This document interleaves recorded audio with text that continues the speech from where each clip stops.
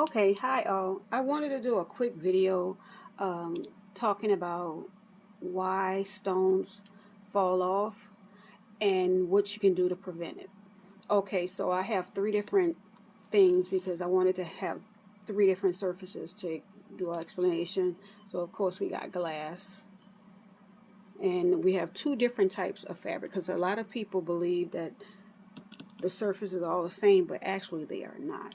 Now, this is a purse, and all these I did extended. I like to show progression. So this is the oldest shoe because this is one of the original shoes that I customized years ago.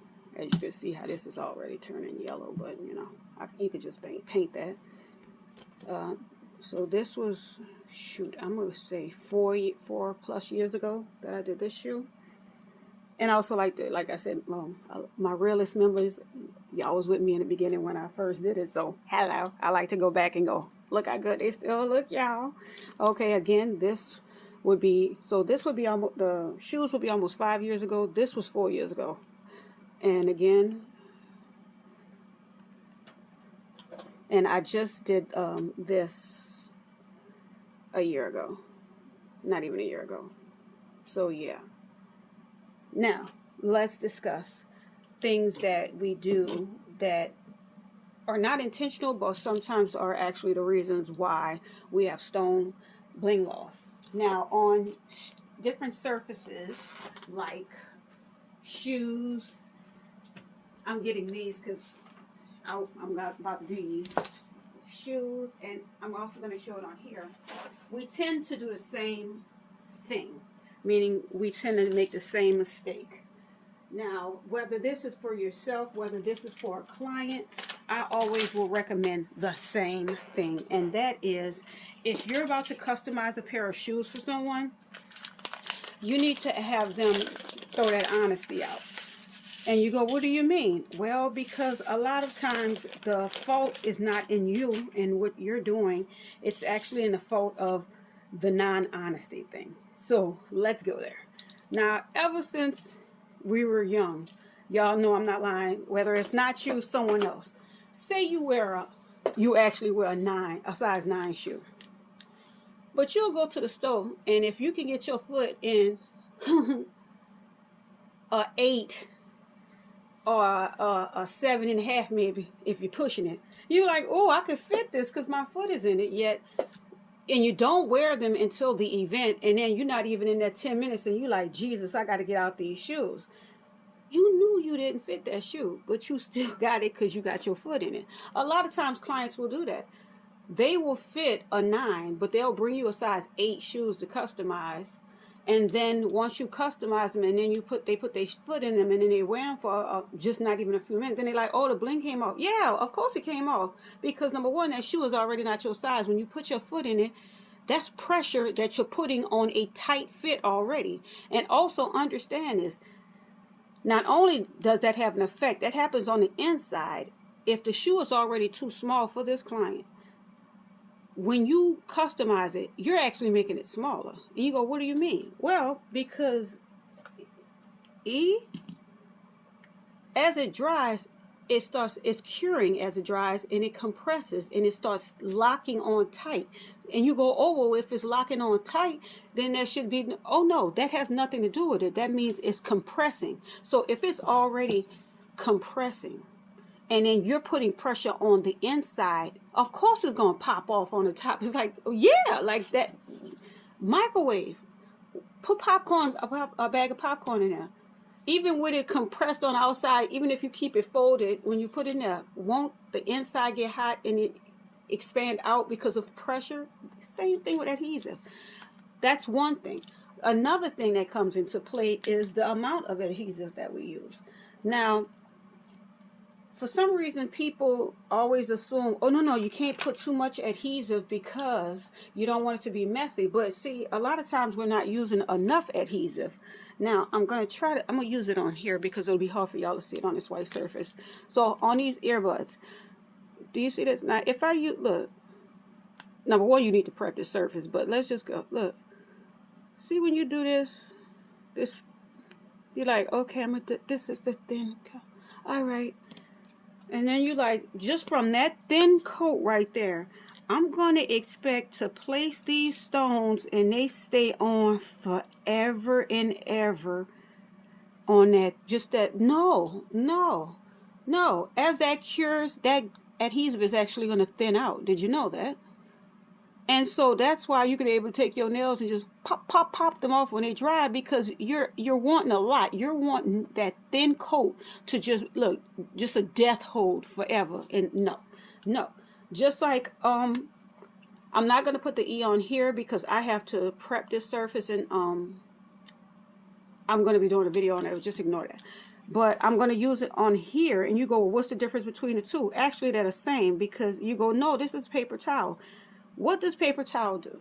When you wet something, the paper towel absorbs it, right? If I pour water on this shoe, that fabric is going to absorb that water, right? Same thing with adhesive. That's why it's a very necessity to prep. A lot of people prep things, and they like when we're talking a tumbler, tumblers are completely different consistency, so that's not the same. But with fabric, shoes, and such, you're going to want to prep this, meaning, yes, you're going to want to do stuff to stop that from absorb. See how it's already going into the fabric? Same thing with here. So you'll be like, I'm applying this glue, I'm placing these stones, I done all this. Few days later, your client or you are like, wait, why is the stones popping off? Well, because this is the surface that you applied it to. You didn't change that surface. And I don't care whatever amount of glue you use, you need to knock that in half, because half of that is going to get absorbed in this shoe, and a little bit is left is going to be what's holding them stones on, and that's not going to be a lot.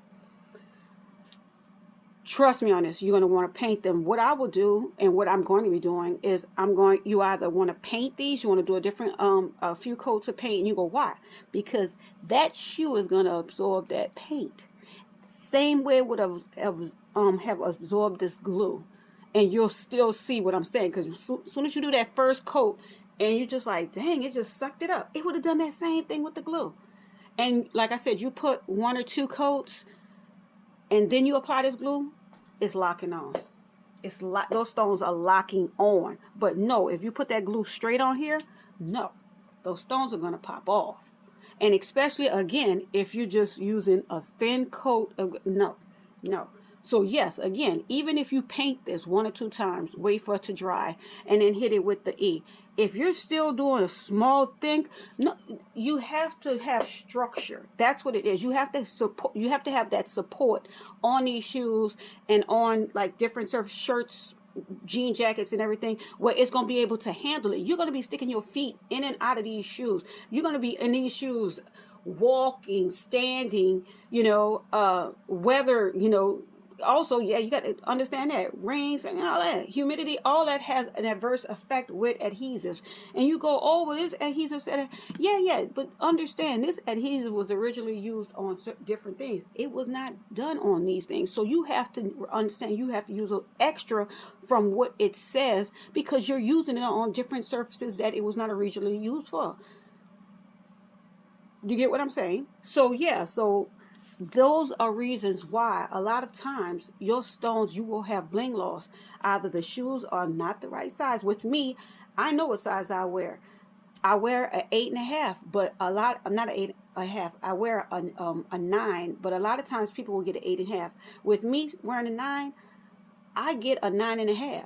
I don't get my exact size. And the size with boots, it's different from with regular sandals or shoes, because with boots, you got to think about it. With our boots, do we wear thin socks? No, I wear thick socks with my boots. So that also has an effect too, because thick socks, you get what I'm saying? So you're getting your exact size or a size smaller, and then you're wearing thicker socks. All that compression it takes a toll on the shoes. So, and because of that, that makes you have stone loss, because pressure. Just like sticking your foot in that shoe right now, pressing. Like if you have shoes that you've customized right now, stick your fist in there and just you be like, why? Because if you're pressing and those stones start sitting up, then you already know that was not enough adhesive. Do you get what I'm saying? That's how you'll know. So, like I said, I hope this video helped you. I want to do more helpful and insightful videos because, like I said, I have learned so much over the years, and I've done so many tests to see why. Because, like I said, in the beginning, I wanted to know because it was just such a easy thing for people to say, oh, you know, it's just natural to have bling loss. And I'm like, but why? And everybody would be like, oh, it must be the glue. But I'm like, it can't just be the glue. Sometimes we'll go, oh yeah, it is the glue, but also it's what we don't do in the beginning before we even use the glue that will have effect on why we have stone loss.